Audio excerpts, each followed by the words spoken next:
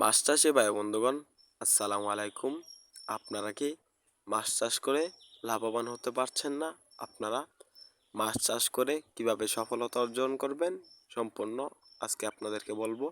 তো ভিউয়ার্স, আপনারা মাছ চাষ করে সফলতা হচ্ছেন না, এর প্রধান কারণ হলো আপনাদের পুকুর প্রস্তুতি, আপনাদের খাবারের নিয়ম, কিভাবে মাছগুলো ভালোভাবে চাষ করবেন। আর আপনারা এখনও থাই পাঙ্গাস মাছগুলো চিনেন না, অরিজিনাল থাই পাঙ্গাস মাছগুলো চেনার উপায় আপনারা ভিডিওর মাধ্যমে দেখতেছেন। এই থাই পাঙ্গাস মাছগুলো শরীরের কালো এবং লাল আকারের লম্বা লম্বা দাগ রয়েছে।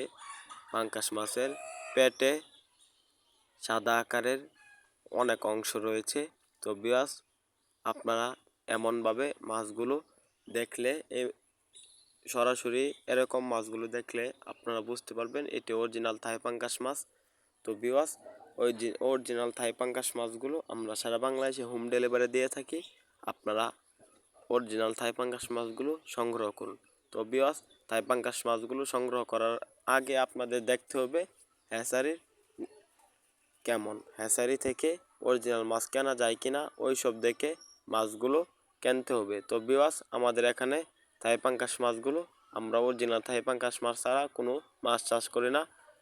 আমরা যে কোনো মাছের রেণু পোনা চাষ করি। আমরা সারা বাংলাদেশে হোম ডেলিভারি দিয়ে থাকি। আপনারা চাইলে আমাদের হ্যাচারি থেকে নিতে পারবেন। থাই পাঙ্গাস মাছগুলো যে জলাশয়ে চাষ করবেন, ওই জলাশয়ের পানির পরিমাণ 3 থেকে 4 ফিট হতে হবে। জলাশয়ের চারপাশের গাছপালা ছাটিয়ে দিবেন এবং জলাশয়ে দৈনিক 3 বেলা খাবার দেবেন।